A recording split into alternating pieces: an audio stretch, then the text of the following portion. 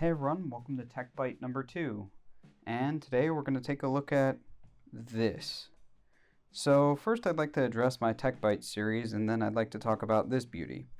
So the gist of it is, this is going to be a more chilled, unscripted type video that's just going to be me rambling about this board, and we're going to be testing it out together. But otherwise, yeah, it's going to be more content, and of course, it's a weird thing because this is RetroTechBytes after all. So yeah, I mentioned this board is weird, and I mean, already it's kind of odd because it is a 386SX It was made in, as you can see here, 1992 week 47. That's the 247 on the date code there. But that's not that weird. I mean, 386SX are uncommon, and if you're not aware, the 386SX versus DX, it's not the same as a 486SX versus DX. All 386s lack math coprocessors, and you'll usually see a socket like this or a pin grid socket that looks like that. But actually, in the case of the 386SX, you're looking at a CPU that's 32-bit internally and has a 16-bit external address bus. So yeah, things get a little more constricted. It's kind of like a 286 in the way it talks to things outside of it, but internally it's like a 386. You could run Windows 95 on this, although I wouldn't want to recommend that. But what makes this board really cool is this, the Macronix 305-306 chipset here. What's really interesting about this chipset, and you know, unfortunately it's poorly documented, is there's cache on this board. You just don't see it. There's no cache SRAMs, but there's 8 kilobytes of level 2 cache integrated into this chipset. Supposedly it was marketed in a way that this chipset provided up to the equivalent performance of 64 kilobytes of dedicated like actual cache SRAM somewhere on the board. And you know, unlike other 386 DX or SX boards that you see that are, you know, the half-size AT boards that have a little bit of cache, this just stuck it right in the chipset. So that off the bat's kind of odd. Another odd thing about this board is, as you can see right here, there's an 80 megahertz oscillator. Now, I've removed the zip tie holding it to the socket so we can do some underclocking and overclocking by just swapping an oscillator. I mean, these things literally just pop out. But yeah, apparently this board could also take a clock generator, and that seems to be evident by the silk screening here that indicates there must have been some sort of jumpering for 25, 33, or 40 megahertz. Now, my presumption is this board would have been also sold with 386 DXs, and that's strange in and of itself, because why the heck would they use the same chipset on both? From what I understand, this chipset has a 16 megabyte RAM limitation, and actually, interestingly, that's the same as what an SX would normally have because of the 16-bit bus. So I'm not exactly sure what was going on with this chipset, but apparently it could be configured for either or. So yeah, let's get into this board, test it out, and see whether or not that 8 kilobytes of level 2 cache really makes a difference. This Macronix chipset is seemingly uncommon, and cache on a 386SX is weird enough already, so it'll be interesting to see if there's any, if at all, performance uplift, and if there is, it'd be interesting to see just how quantifiable it is. I'm probably not going to throw in a math coprocessor because I only have one that's rated to run at 40 megahertz and I don't feel like overclocking my others, but it's really not necessary for this kind of system. It's far too slow, and frankly anyway, a 16-bit address between the processor and math coprocessor isn't going to really get us much other than slight CAD acceleration. Other than that, there's 10 megabytes of 30-pin sims in there, and it's 60 nanosecond RAM. And I've got a few things that I'm going to throw in this board. You probably saw creeping in this guy. This is the Sang ET4000 W32i that I used in my previous Slot 1 build-off. If you haven't seen it, feel free to check it out. I paired this thing with the Pentium 3600, and it was still pretty fast. It's got hardware acceleration for Windows, it's got 2 megabytes of RAM, and it uses memory interleaving, so effectively the memory addressing on this thing is close to 64-bit in performance. You know, we have just a serial port card for basic I/O because we need a mouse, and really randomly I've decided to use this, which is a caching ISA IDE controller. Yeah, it's got more cache on it than is on the board. I've equipped it with a maximum 16 megs, and again, a 28620 is on here, so interestingly, if this was a 38620, this board might actually be marginally faster, because apparently 286s are a little bit faster than 386SXs at equivalent clocks. Otherwise, this will give us, you know, disk access and, you know, hopefully speed up things a little bit. Although with the compact flash card, I don't think that the improvement's going to be measurable, if at all. I just didn't feel like using smart drive and bogging things down, and also my other ISA IDE controller was acting weird in this board, but this one seemed to work, so we're going to go with it. Also, if you haven't checked out CPU Galaxy's latest video on, well, a VLB controller that was similar to this, I recommend checking it out. Interestingly, his was a Tecrum DC680T, and yeah, it uses the same BIOS, and this board can also do RAID. So, yep, you want to see RAID on a 486? He's done it. He shows how to do it. I had no idea, but as always, CPU Galaxy is a pure professional, and his channel is awesome, so go check it out. And this, which, by the way, looks really cool in the light here, is the venerable Sound Blaster Pro 2, the CT1600. I love this thing, it sounds great, and actually somebody asked for me to, demonstrate it a little more, so 386SX is perfect for some ad-lib music, and this has got some nice filtering on the real OPL3 right there. There's no bugs with it, it's not plug and play, it's just jumper it and go. It is a little noisy, but actually on this setup, fortunately, it doesn't seem too bad. I use a ground loop isolator and everything looks nice, but it's got a real high quality PCB. It's a wonderful card, and I highly recommend it. It's probably one of the best 8-bit sound cards there is. Otherwise, yep, let's get this thing together and get it moving, because I think it's time for some testing.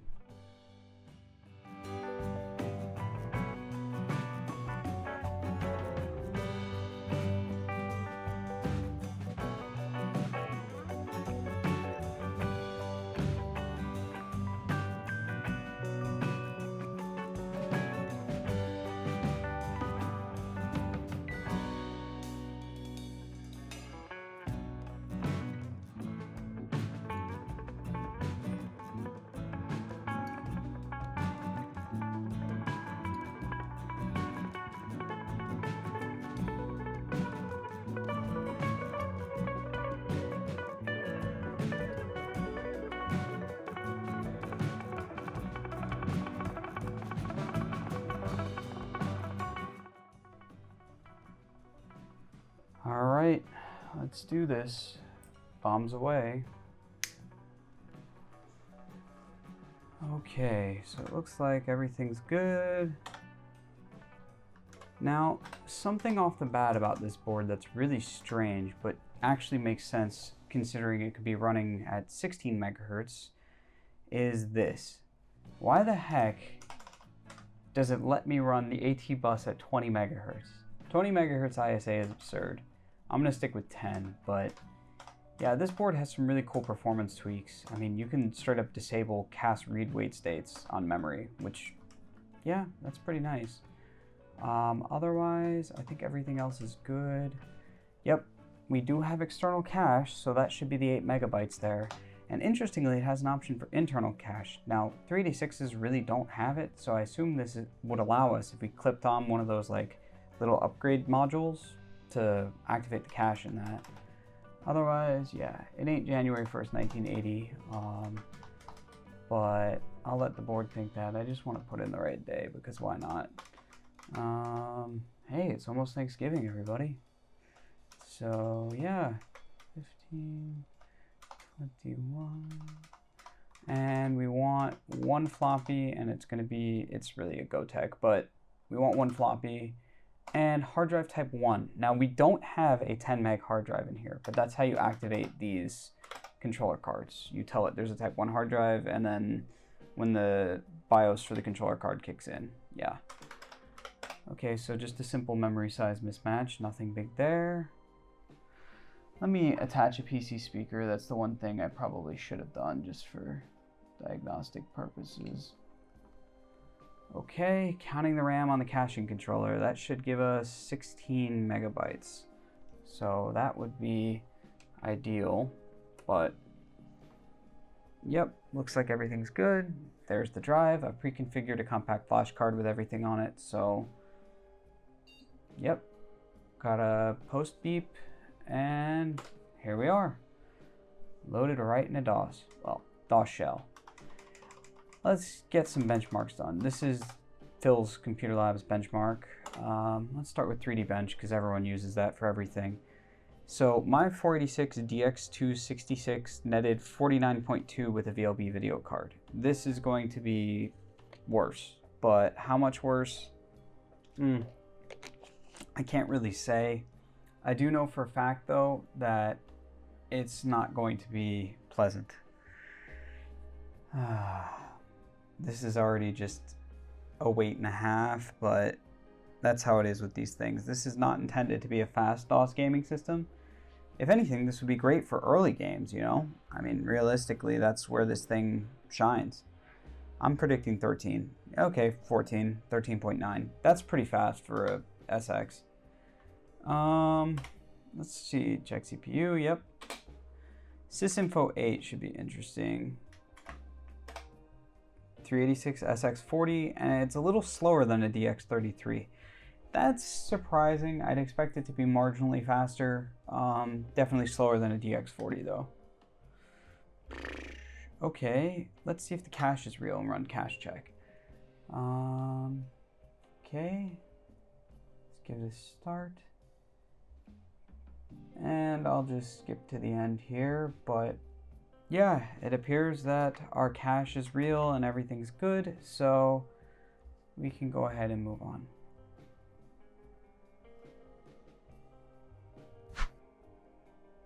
Well, actually, I lied. We're not moving on just yet, but this is interesting. All 8 kilobytes of cache are real. The one thing that's kind of surprising, or maybe not, is the speed is about double that of main memory, but it's hard to believe that's really going to get us anywhere. It's possible, but I don't know how much of an uplift to expect. So to test that, let's throw something really heavy at it, like Dune, because that's completely not fair at all for 386SX. So yeah, max details Dune. Let's see what happens. Alright, appears as if we get something like 5 FPS, so not great, but tolerable and actually decent for a system of this caliber. The video card is definitely being bottlenecked and things are not fantastic here, but still pretty impressive, I will say that. So maybe there is a little bit of an uplift from the cache. Everyone loves SpeedSys, so I want to run SpeedSys really quick and see what we're looking at here. I'm not anticipating much because I don't know much about this chipset, but I'd like to be pleasantly surprised, so pleasant surprises, please? Although with the length of time it's taking to load, this is not... Oh, okay, that's not bad. 51.69 megabytes on the memory bandwidth. That is solid for a 386SX. In fact, that is stellar. Almost 5.4 megabytes a second on the Sang ET4000's memory. No surprise there, that card is a monster. And let's take a look at the CPU. Yep, looks like the CPU scored something around 8.38. And the memory scores are pretty representative of what cache check told us. You can definitely see the cache working, and hey, I mean, I'm kind of impressed already with this Macronix chipset. It seems a bit more impressive. The only thing that I'm a little confused by is, if you notice, it says 386DX at 40 megahertz. This is definitely not a DX, but I think that's just a SpeedSys quirk. I'm not exactly sure. Okay, popping back over to DOS shell. I want to run a couple more benchmarks really fast. Let's take a look at Checkit and see if there's anything interesting going on. Probably not, but never know. Main system benchmark. 10,359 dry stones. I can't say I really care about the math speed because there's no Math CoPro installed, but I'm curious nonetheless. And we're looking at a pitiful 191.3 kilo whetstones. So still faster than a PCXD for what it's worth, but it's really the ALU speed that's carrying us here, and it's pretty impressive nonetheless. The video benchmark I assume is going to be pretty fast, but probably just bottlenecked by this thing. Roughly 22,000 characters a second for VGA BIOS speed and 118,561 characters a second for direct. So yeah, that's fair enough. One more thing I actually forgot to run that I would like to take a look at real quick is Landmark. 61 megahertz AT, not bad, and 6,500 characters per millisecond, so pretty solid. And if we deturbo it, wow, that's a pretty big drop, 19 megahertz AT. So yeah, the system really needs everything it's got to really give the performance, but it's still impressive for what it is. Let's run Dr. Hard version 3.7 instead of the later 4.51 and take a look and see at what we get. This should give us a good idea benchmarking wise where the system really falls. And 7,829 hard stones and 265 soft stones. So completely irrelevant floating point wise, and a quarter-ish of a 46 DX266. Not bad. Not good, but not bad. And for video, I'm sure it's going to be decent. Yeah, the Sang score 6.1, way above a 16-bit ISA card. I mean, that's absurd. This card is fantastic for what it is. And if you ever find one of these, I highly recommend it. But get it with the 2 megs of RAM. That's pretty much a necessity, because otherwise there's no interleaving. I'm curious what NSSI says, so forgive the annoying beep, because it's going to say that this is not, that today doesn't exist according to this program. A little faster than a DX33, so that's more on par with what I expected. 10,744 dry stones. Okay, not bad. FPU, non-existent. 645 kilowatt stones a second. So, yeah, nothing there to write home about. I want to see what TopBench says. I am genuinely curious. TopBench is one of those programs that really is good for real time. So interesting, a DX40. Now I could see that because it's being carried by the video card here, and TopBench weighs video scores pretty high. But when we deturbo, it's like a 16 megahertz NEC V30. So yeah, not bad. Gives us a pretty wide range if we want to play a bunch of different games. The last test that I really want to run is XVIVO, which tests the VISA modes of the graphics card. So I want to do 640 by 480, even though that's a little bit absurd for this CPU. I'm just genuinely curious how bottlenecked we are. And for 32-bit writes, we're looking pretty dead on at 6.2 megabytes second, and 32-bit reads, yeah, that's not as bad as I expected. That's definitely better. But yeah, if you haven't used this program before, I highly recommend it for just testing video cards. It gives you a really good idea of what your reads and writes are going to be.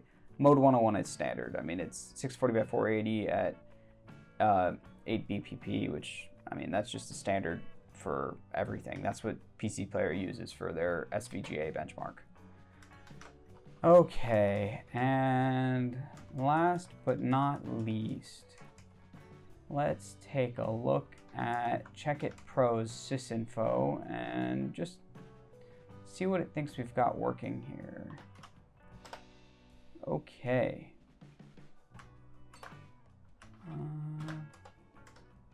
Let's see.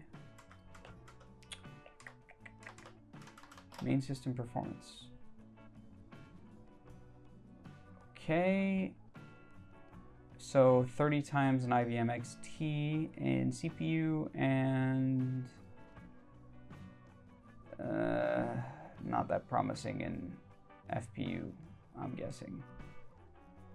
Yeah, I mean, it's better, but it's not proportionally better. Let's get out of this. The last cool thing, if you haven't used this, I recommend this program all the time. If you have a board with an old AMI BIOS, check out this AmiSetup. This program is a lifesaver. And the reason I say that is, take a look at this. What it actually does is, obviously this is standard BIOS setup, but anything with the little box next to it is not showing up in the BIOS by default. So we can just see what the manufacturer didn't allow us to mess with. So by default, they turned off memory parity error checking, for example.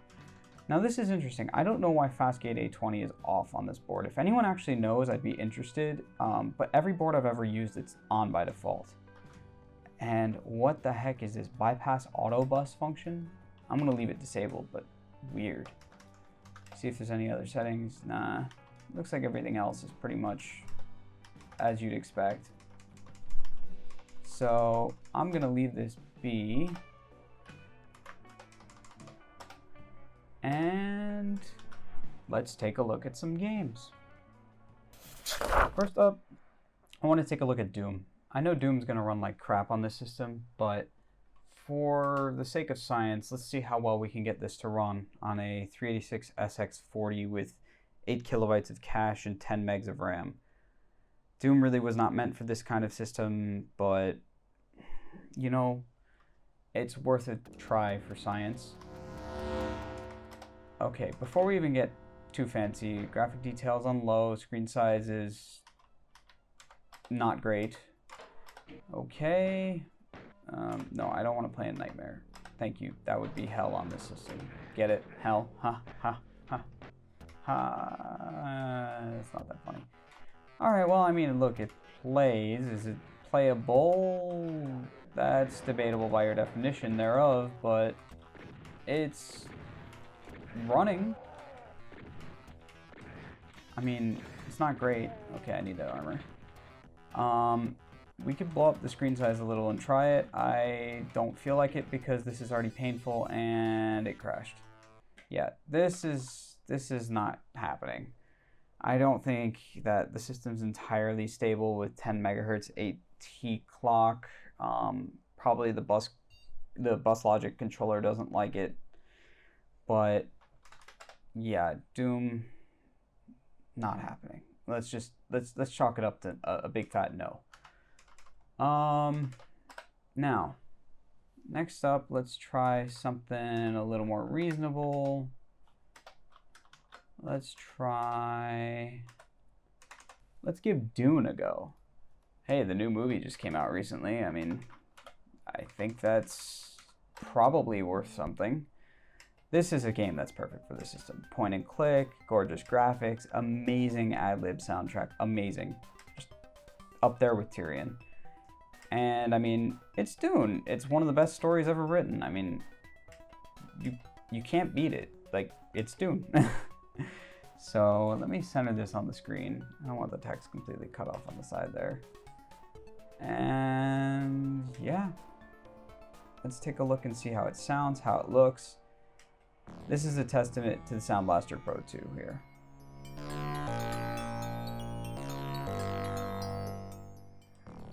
As expected, I mean, the game runs fluid, there's no lag, you know, everything is usable, it's pleasant, I guess, but I wouldn't say this is the best, like, representative game of this computer's capabilities. I mean, it's impressive nonetheless, but let's see. I just kind of want to see how this looks with things in motion and animations. And I mean, I'd say this looks pretty great. It's Dune. You know, not much to be said. So yeah, before I start getting too into this, let's just slide on over and take a look at something else. Okay, another game that I definitely can recommend for this system is Epic Pinball. I mean, it's Epic Pinball, so I have it on high in the sound settings. That recommends a 486/33, but I think that's kind of BS. I don't think it particularly matters. And yeah, let's just see how it runs. I mean, I'm not anticipating the most fluid experience, but I'm also not anticipating any lag or anything looking crappy or any of that. And what do you know? I mean, game's playing in real time, and that's about all you can ask for Epic Pinball. Controls are responsive. There's really no input lag of any kind. I think the worst I've had the game run was when I tried running it on my 286, and this is miles better than that. Now, if I clock this thing down, then we can maybe see where like a 386SX for example, would be awful. But with this board, since the oscillator is socketed, you could do it. So yeah, epic pinball. Excuse me for a moment while I just kind of see what happens here.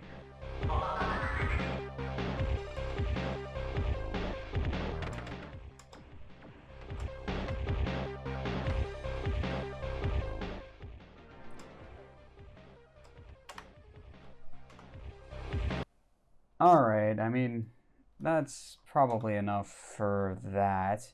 Another game that, I mean, is just perfect for the system is Prince of Persia. I mean, yeah, the original Prince of Persia, it runs so well on this. It looks great.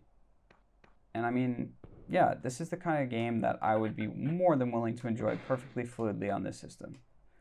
I wouldn't say it's the only type of game you could play, but yeah, it's cool. And the animations are great. It's a classic. It's just one of those games, if you haven't played through it, you really should take the time. It is thoroughly enjoyable.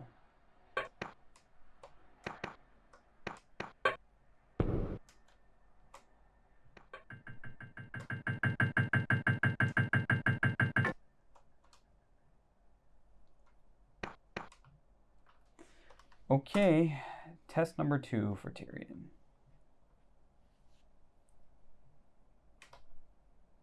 Everything's looking okay.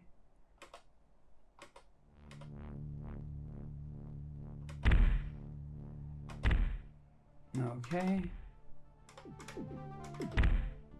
I don't know why I'm doing easy, I guess just why not.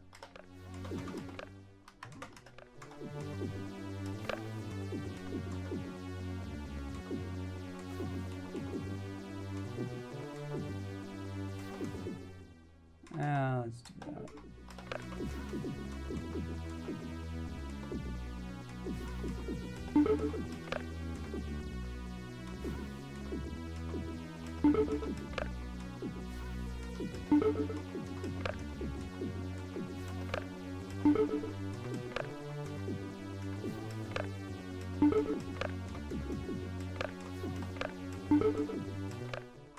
And let's give this another go.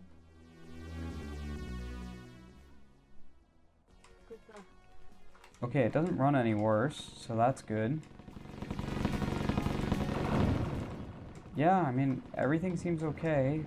It actually seems a little bit slower, and I think that's to be expected. When you lower the ISA bus clock, you know, information's going to go through the bus slower. That makes sense. So our graphics card is being held back even more, but 8 megahertz is much closer to the spec than the 10 megahertz we were giving it before. And I just think that those caching controllers are more sensitive to bus speeds, so that makes sense. But yeah, this is the perfect kind of game that I want to play on here. It's got an amazing soundtrack. I mean, the OPL3 is so great on this card. You can't beat it. And yeah, let's enjoy a brief moment of Tyrion. And, well, that brief moment been enjoyed. Okay. But yeah, no artifacting, none of the weirdness. Game works perfectly. Okay, last but not least, let's take a look at Wolfenstein 3D. This game is probably best known for being able to run on, well, even a 286, and this is definitely a little more than that. Now, as to whether the system is going to perform admirably, I can't say. I can tell you this, we're not going to see the full 70 FPS that this game offers. But that's okay, because as long as the experience is playable, I think that's the biggest thing. And yeah, it appears to be. So let's see how it sounds with the Sound Blaster Pro 2 installed. And yeah, I mean, look, the honest answer here that I have for is it good is it's playable. There's some input lag, and I mean, yeah, we could tweak the settings a little more and get things going a little quicker, but for 386SX I'd say this is pretty darn good. And I can attribute at least some of that speed up to the 8 kilobytes of cache on the board. Now, this board, as we've seen by the benchmarks, is pretty impressive overall anyway, speed-wise. I mean, that memory bandwidth is ridiculous for a 386SX. And, you know, yes, it has its limitations, but it's not objectively a bad board. And it's a board you'll probably be seeing again on this channel. I think the biggest thing, and probably the most interesting thing about this board is, well, it's, you know, it's one of those artifacts of the weird era where things that were kind of left over or forgotten or whatever were just kind of cobbled together. And that can be seen by the fact that it uses a chipset intended for a 386DX, and that, you know, even despite all of its limitations, it's still a decent board. So, as a pure curiosity and oddity, I can recommend these boards with this Macronix chipset. I mean, Macronix is a company probably best known for being one of the two providers for the crappy 2D portion of the Voodoo Rush, and that's about it. But realistically, this is a lot more than that. It offers a complete, you know, gaming experience, and it's actually a very usable board. The ability to overclock on the fly is quite nice, and I mean, yeah. You know what? If that's something you're interested in, leave a comment below and we can take a look at some retro overclocking or underclocking, and we can do some more benchmarking and testing and see what we can get out of this thing, because frankly, I'd be interested to see just how far we can go. Anyway, I hope you enjoyed, and thanks for watching. Catch you all soon on the next video here on RetroTechBytes. And happy Thanksgiving, everyone. I hope you all enjoy. Take care now.